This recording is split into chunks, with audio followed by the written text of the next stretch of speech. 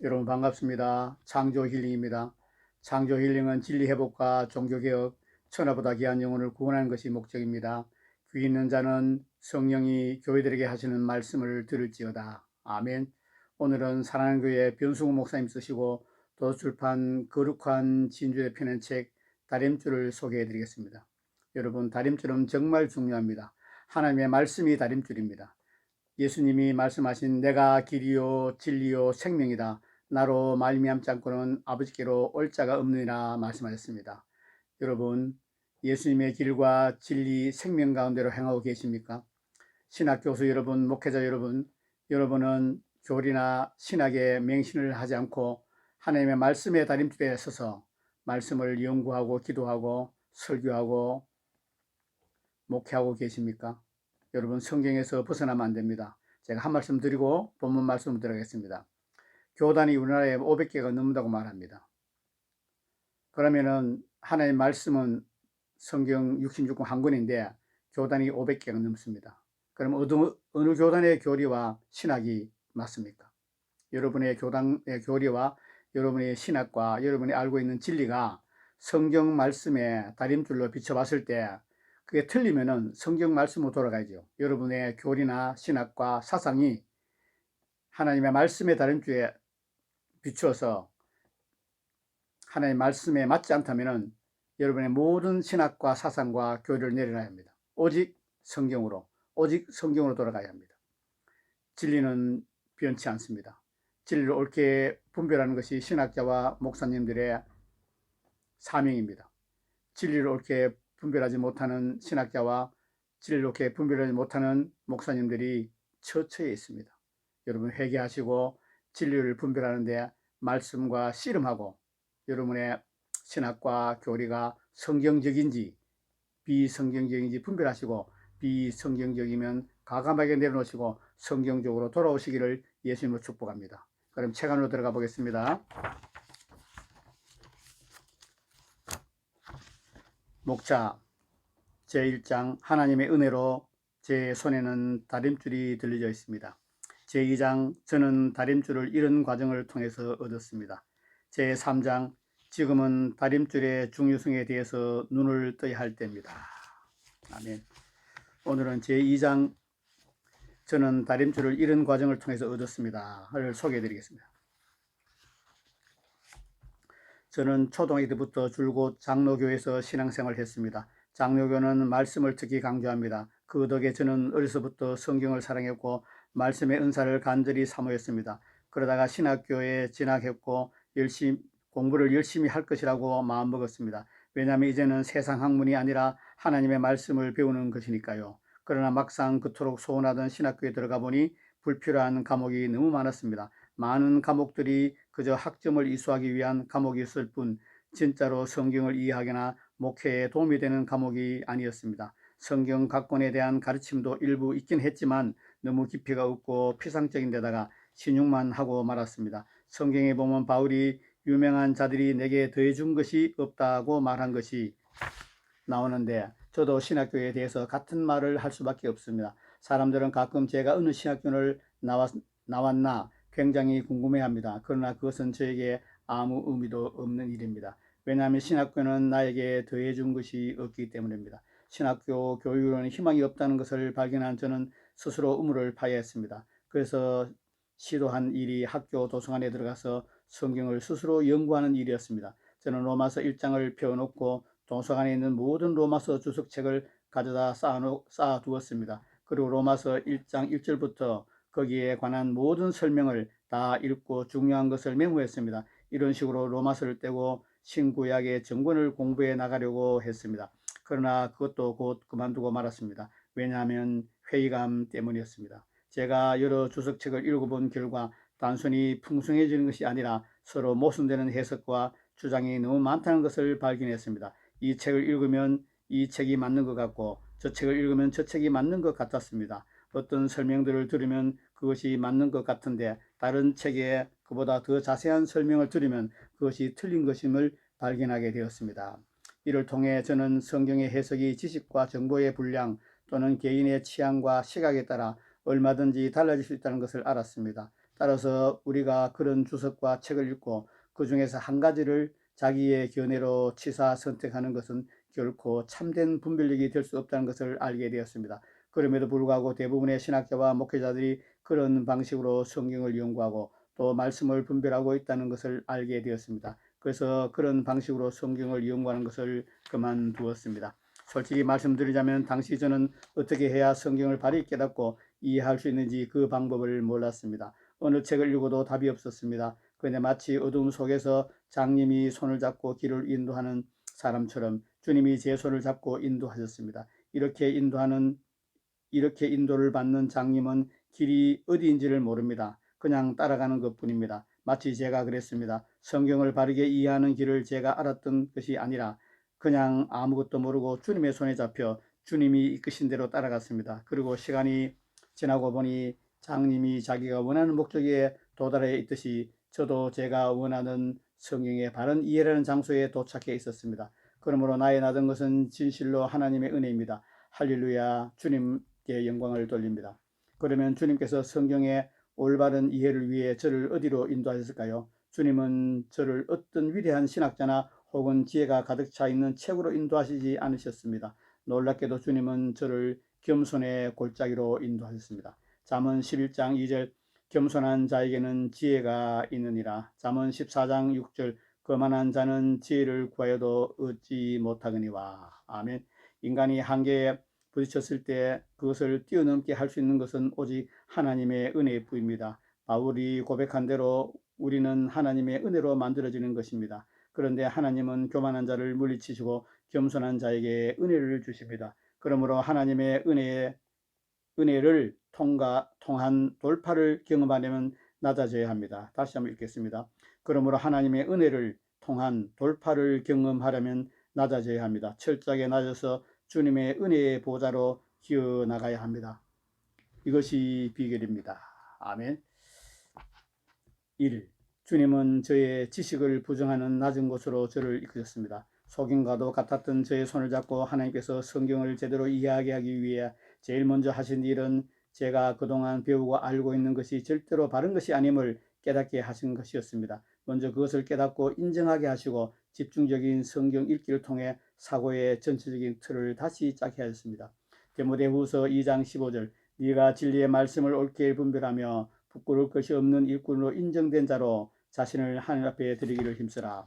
하나님의 말씀을 옳게 분별하는 것은 목회자의 가장 으뜸가는 책무 중의 하나입니다. 저는 목사님들에 관하여 함부로 말하고 판단하고 싶은 마음은 1도 없습니다. 그러나 사실을 말하지 않을 수 없습니다.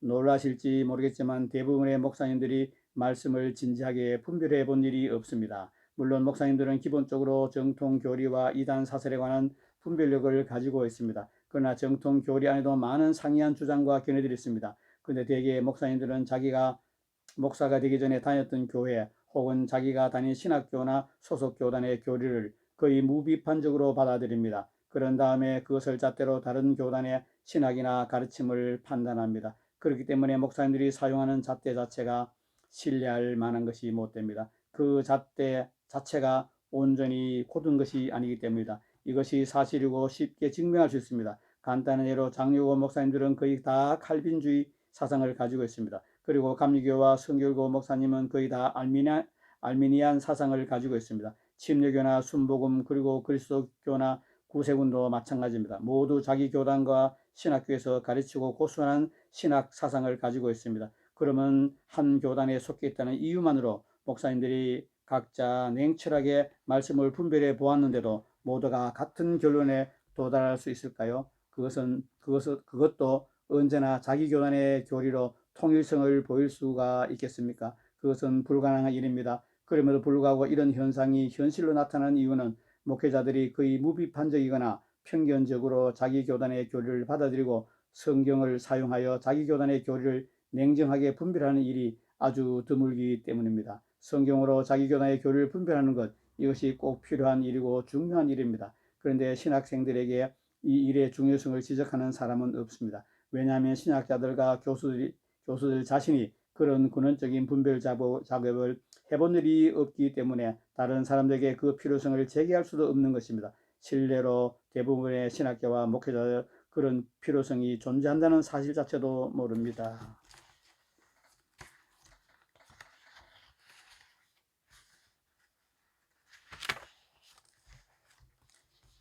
이 주님은 저의 지성을 부정하는 낮은 곳으로 인도하였습니다.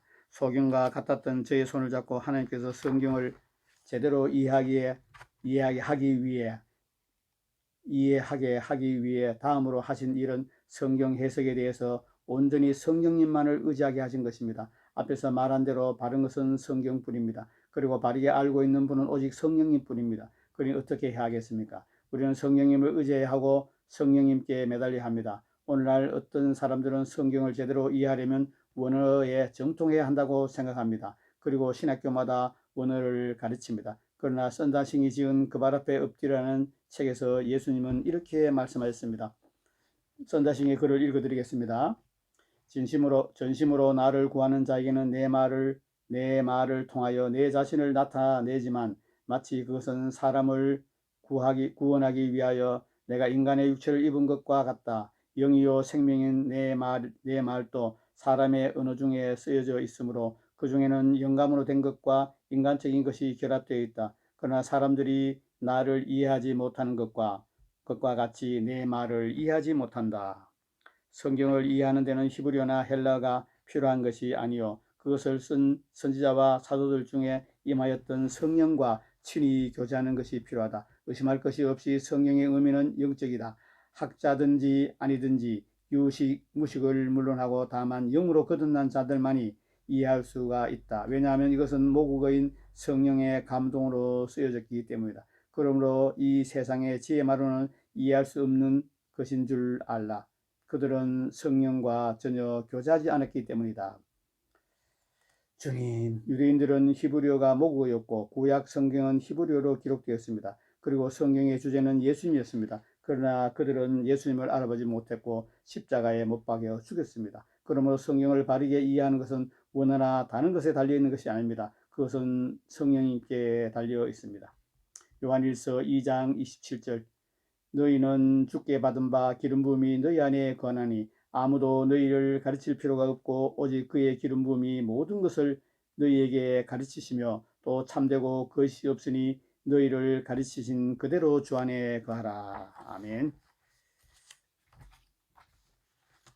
3. 주님은 저의 영성을 부정하는 낮은 곳으로 저를 이끄셨습니다.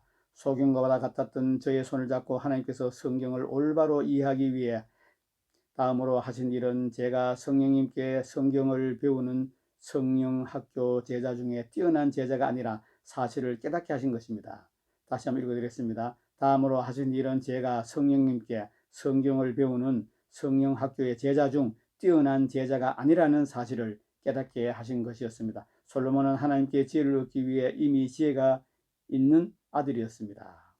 그러나 그는 지혜의 부족을 깊이 느꼈고 지혜를 구했습니다. 그때 전무후무한 지혜가 그에게 임했습니다. 엘리사는 엘리야의 갑절의 능력을 받기 전에 이미 영감 있는 사람이었습니다. 그래서 자기 선생을 하나님께서 머리 위로 취할 것을 알고 있었습니다. 그것은 선지자 생도들에게 나도 아니 너희는 잠잠하라 하고 말한 것에 잘 나타납니다. 그럼에도 불구하고 그는 영감의 부족을 심각하게 느꼈고 갑절의 영감을 구했습니다. 그래서 엘리야에게 주어졌던 것보다 갑절의 영감이 주어진 것입니다. 하나님께서는 저를 같은 길로 이끄셨습니다. 앞에서 간증한 대로 말씀이 저에게 임하고 늘 말씀이 깨달아졌지만 저는 신학교 뒤에 있는 큰 산인 수리산을 보며 항상 이렇게 생각했습니다. 저 큰 산이 말씀이라면 내가 알고 있는 것은 그 산에 나무 중 낙엽 하나가 떨어져서 썩어서 생겨나게 된 먼지보다 더 작은 입자 하나에 불과하다. 그러니 말씀의 세계가 얼마나 무한하고 넓은가. 내가 아는 것은 얼마나 적은 것이며 내가 모르는 것은 얼마나 많은가. 아 주여 저를 불쌍히 여기소서. 저에게 은혜를 베푸소서.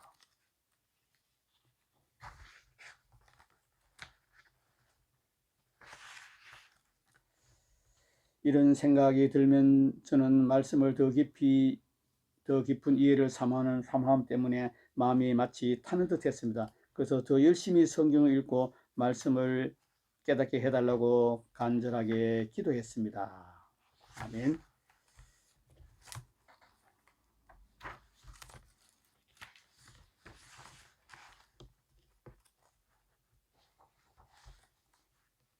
4. 특별한 노하우, 인간으로서의 한계를 인정하십시오.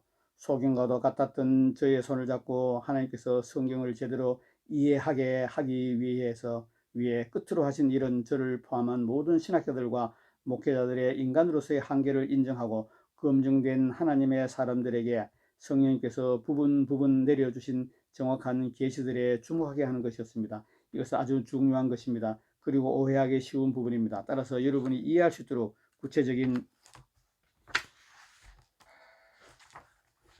구체적인 사례를 들어보겠습니다. 먼저 유대인들을 생각해 보십시오. 그들은 성경을 알았지만 그러나 많은 오해와 착각 그리고 무지가 그들 속에 있었습니다. 예를 들어 그들은 율법에 대해서 문자만 알고 율법의 정신은 알지 못했으며 메시아에 대해서 성경적인 정치적인 인물로 오해했고 성경과 무관한 많은 장로의 유전과 사람의 계명들을 진리로 착각했습니다. 그런데 사람의 눈대중으로 보기에는 바르게 보이는 이런 삐뚤어진 것을 누가 바로 잡을 수 있겠습니까? 누가 영적인 다림줄을 그 손에 가지고 있었습니까? 놀랍게도 그들은 성경을 문자적으로 연구하고 가르치는 가말리엘 같은 뛰어난 랍비나 율법사들이 아니었습니다. 세례 요한, 예수님 그리고 사도들이었습니다. 이분들의 공통적인 특징이 무엇인지 아십니까? 단순히 전통적이거나 학문적이지 않고 성령의 기름 부음을 받은 계시의 사람들이라는 것이었습니다. 랍비들이나 율법사들이 아닌 바로 이런 분들이 바른 다른 줄을 가지고 있었고 하나님의 백성들을 바른 길로 인도했습니다. 또 교회사를 살펴보아도 마찬가지입니다. 유대인들이 그랬던 것처럼 교회 역시 장로의 유전과 사람의 계명에 비할 수 있는 각종 교리와 신조 그리고 잘못된 해석에 영향을 받아왔습니다. 그런데 교회사에서 다림줄을 가지고 있었던 분들은 누구일까요? 그들은 머리 좋은 학자들이 아닙니다. 단순히 지성적인 사람들이 아니라 성령의 음성을 정확하게 듣거나 성령의 깊은 계시를 받을 수 있었던 사람들입니다. 예를 들자면 존 웨슬리, 찰스 피니, 선다시, 켄 세긴 같은 분들입니다. 이런 분들은 교리를 추종하는 것을 뛰어넘어 다림줄을 그 손에 들고 당대의 교회들을 바로잡고 옳은 길로 인도하는 일에 하나님께 크게 놀랍게 쓰임받았습니다. 그리고 오늘날도 마찬가지입니다. 오늘날도 여전히 진리가 불투명한데 특히 구원론이 그러합니다. 이에 대해 유명한 성경교사인 후안 칼로스 오르티지는 이렇게 지적했습니다. 후안 칼로스 오르티지의 글을 읽어냈습니다. 오늘날 대부분의 교회가 구원에 대한 왜곡된 견해를 선포하기 때문에 나는 구원의 메시지를 재정립할 필요가 있다고 생각합니다. 오늘날 선포되는 구원의 메시지는 극히 일부의 진리만이 내포되어 있을 뿐 그 핵심적인 내용은 배제되어 있습니다.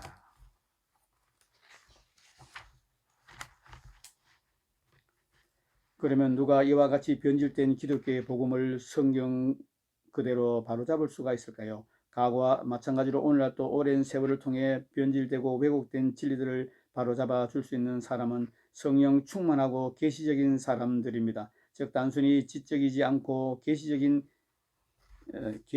현대의 사도들과 선지자들입니다. 많은 사람들이 성경을 이해하는 것과 계시는 아무런 상관이 없다고 생각합니다. 그러나 계시는 성경을 가장 바르게 이해하는 방법 중에 하나입니다. 성도의 궁극적인 구원이라는 교리를 예로 삼아 이 문제를 설명해 보겠습니다. 구원받은 사람이 버전받을 수 있느냐 없느냐 이것은 굉장히 오래된 논쟁입니다. 그런데 이러한 차이는 사람들이 알고 있는 것처럼 단순히 장로교와 감리교라는 교단 사이에서 발생하는 차이가 아니라 복음주의자들과 오순절주의자들의 사이에서 발생하는 차이입니다. 일례로 저는 장로교 교단에 소속되어 있으나 구원받은 사람도 버림받을 수 있다고 믿고 있는 많은 목사님들을 알고 있습니다. 그리고 그분들은 대부분 성령 충만하고 은사적인 분들입니다. 아멘.